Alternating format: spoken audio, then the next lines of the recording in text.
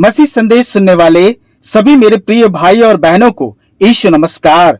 मसीह संदेश में आज हम पहला सामुएल उसका 18 अध्याय 10 से 11 पद को देखेंगे कि इस भोर परमेश्वर का वचन हमसे क्या कहता है।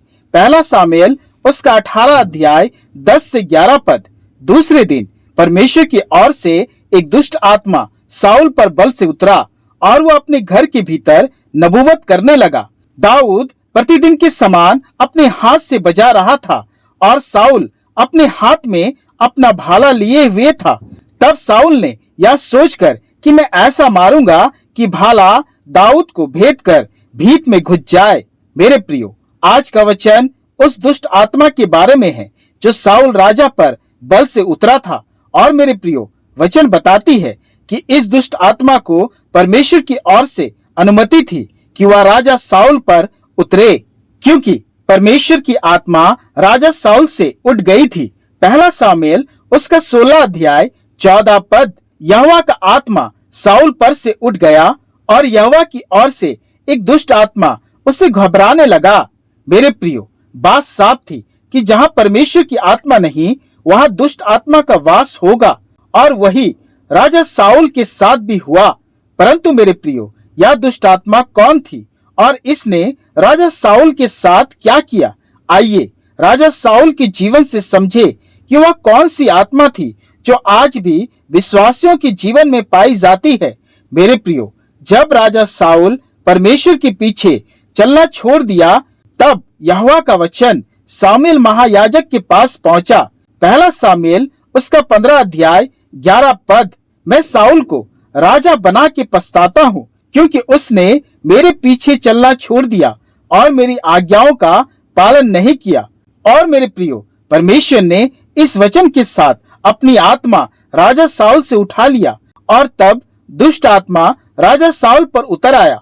और वचन बताती है कि राजा साउल ने उस दुष्ट आत्मा से बचने के लिए येसे के पुत्र दाऊद को रखा, क्योंकि दाऊद अच्छा बीना बजाता था। और जब जब राजा साउल पर दुष्ट आत्मा उतरता था, तब तब दाऊद बीना बजाता और साउल राजा चैन पाकर अच्छा हो जाता था। पहला सामुएल उसका 16 अध्याय 23 पद। और जब जब परमेश्वर की ओर से वह आत्मा साउल पर चढ़ता था, तब तब दाऊद बीना लेकर बजाता और साउल चैन पाकर अच्छा हो जाता था और वह दुष्ट आत्मा उसमें से हट जाता था। इसलिए राजा साउल दाऊद को अपने पास रख लिया ताकि वह उसके लिए बीना बजाए। और आगे वचन बताती है कि जिस वीरता से दाऊद ने गोलियत को मारा था, उससे प्रसन्न होकर साउल राजा ने दाऊद को अपने योद्धाओं का प्रधान भी नियुक्त कर दिया। पर इन सब के बावजूद राजा साउल पर जब जब दुष्ट आत्मा उतरता था, तब तब वह दाऊद को मारना चाहा, क्योंकि मेरे प्रियो, जो दुष्ट आत्मा राजा साउल पर उतरता था वह एक कपट की आत्मा थी, क्योंकि राजा साउल के मन में दाऊद के लिए कपट भरने लगा था। पहला सामुएल उसका 18 अध्याय 7 से 9 पद। और वे स्त्रियां नाचती हुई एक दूसरे के साथ यह गाती गई, साउल ने तो हजारों को परंतु दाऊद ने लाखों को मारा है। तब साउल अति क्रोधित हुआ और यह बात उसको बुरी लगी और वह कहने लगा, उन्होंने दाऊद के लिए तो लाखों और मेरे लिए हजारों ही ठहराया, इसलिए राज्य को छोड़ उसको अब क्या मिलना बाकी है। उस दिन से साउल दाऊद की ताक में लगा रहा। मेरे प्रियो, आगे वचन बताती है कि ये कपट की आत्मा कई बार साउल पर उतरा, और जब जब राजा साउल पर उतरा, तब तब वह दाऊद को मारना चाहा। और एक विशेष बात यह थी कि जब भी यह दुष्ट आत्मा साउल पर उतरता था, राजा साउल हाथ में भाला लिए हुए नबूवत करता था। पहला सामुएल उसका 18 अध्याय 10 से 11 पद। दूसरे दिन परमेश्वर की ओर से एक दुष्ट आत्मा साउल पर बल से उतरा और वह अपने घर के भीतर नबूवत करने लगा। दाऊद प्रतिदिन के समान अपने हाथ से बजा रहा था और साउल अपने हाथ में अपना भाला लिए हुए था। तब साउल ने यह सोचकर कि मैं ऐसा मारूंगा कि भाला दाऊद को भेद कर भीत में धस जाए, भाले को चलाया, परंतु दाऊद उसके सामने से दोनों बार हट गया। मेरे प्रियो, आपको नहीं लगता कि यह बड़ी अजीब बात थी कि साउल, जो परमेश्वर की प्रजा का राजा, एक अभिषिक्त जन, भविष्यवक्ताओं की तरह नबूवत करने वाला, संगीत सुनने वाला, पर साथ में उसी वक्त उसके हाथ में भाला और हृदय में दाऊद के लिए कपट, और ऐसा कपट जो जान से मारने वाली हो। मेरे प्रियो, यह वही दुष्ट आत्मा थी जो साउल के मन में कपट उत्पन्न करने लगी थी। मेरे प्रियो, जरा सोचिए, क्या यही व्यक्तित्व, यही कपट, यही तस्वीर आज मसीह विश्वासियों के जीवन में नहीं पाई जाती है? क्या आज यही दुष्ट आत्मा, कपट की आत्मा विश्वासियों के जीवन को नाश नहीं कर रही है? कई मसीह विश्वासी दोहरा और कपट का जीवन जी रहे हैं। राजा साउल की तरह कई विश्वासी दोहरा जीवन जी रहे हैं। हम प्रार्थना करते हैं और दोष भी लगाते हैं। हम अभिषिक्त हैं और पापी का जीवन भी जी रहे हैं।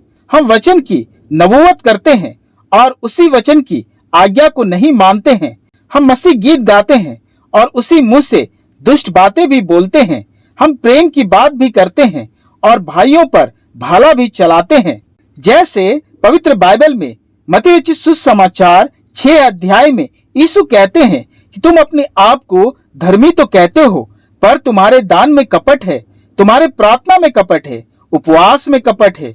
तुम भाई पर दोष लगाते हो, वचन में मिलावट करते हो। मत्ती रचित सुसमाचार उसका 23 अध्याय 28 पद बताती है, इसी रीति से तुम भी ऊपर से मनुष्यों को धर्मी दिखाते हो, परंतु भीतर कपट और अधर्म से भरे हुए हो। मेरे प्रियो, ये दुष्ट आत्मा हमें कपटी और अधर्मी बना रहे हैं। हम राजा साउल की तरह बनते जा रहे हैं और ये मसीह विश्वासियों के लिए खतरनाक है, क्योंकि इसी कपट की आत्मा के कारण परमेश्वर की आत्मा साउल को छोड़कर चली गई। साउल का राज्य के पद उससे छिन गया। मेरे प्रियो, इसी आत्मा के कारण आज कई मसीह विश्वासियों की अनंत महिमा, अनंत आशीष, अनंत वारिस का पद छिन रहा है। और दुख की बात यह है कि कपट आने के कारण कई मसीहों को ये पता ही नहीं कि उनके जीवन से परमेश्वर की आत्मा उठ गई है।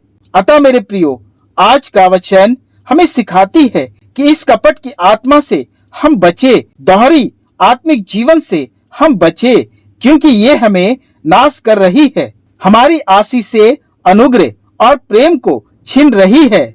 इसलिए मेरे प्रियो, आइए आज ही इस दुष्ट आत्मा को, कपट की आत्मा को अपने जीवन से हम बाहर फेंके और एक आत्मिक जीवन जिए जैसे दाऊद का था। परमेश्वर अपने इस वचन के द्वारा इस बोर हम सभी को बहुतायत से आशीष दे। आमीन। आइए हम प्रार्थना करें। हे पिता परमेश्वर, इस बोर हम तेरा धन्यवाद करते हैं कि तेरी अपार भलाई और करुणा की सामर्थ से हमने आज के इस दिन को पाया है। हम स्वस्थ हैं या तेरी अपार दया है, हमारा परिवार सुरक्षित है या तेरी महिमा है। हे पिता, आज के संपूर्ण दिन को हम तेरे हाथों में सौंपते हैं कि तू हमारी सुधि रखना। हे पिता, आज के वचन के लिए हम तेरा धन्यवाद करते हैं कि तू चाहता है कि हम एक आत्मिक जीवन जिए, ताकि हमारी आशीष से, महिमा, अनंत जीवन बना रहे, क्योंकि कपट से तू घृणा करता है। हे पिता, इस भोर इस कपट की आत्मा को हमसे दूर कर दे, हृदय की मलिनता को हमसे दूर कर दे, क्योंकि तू शुद्ध हृदय को चाहता है। हे पिता, अपनी आत्मा से हमारा अभिषेक कर, ताकि हर वो दुष्ट आत्मा हमसे दूर हो जाए, ताकि हम एक सच्चे विश्वासी बन सके। हे पिता, आज का दिन हमारे लिए तेरे आशीषों का दिन हो।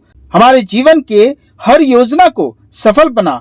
प्रार्थना करने वालों की प्रार्थनाएं तुझ में हाँ और आमीन में पूरी हो। बीमार भाई बहनों को अपनी चंगाई प्रदान कर।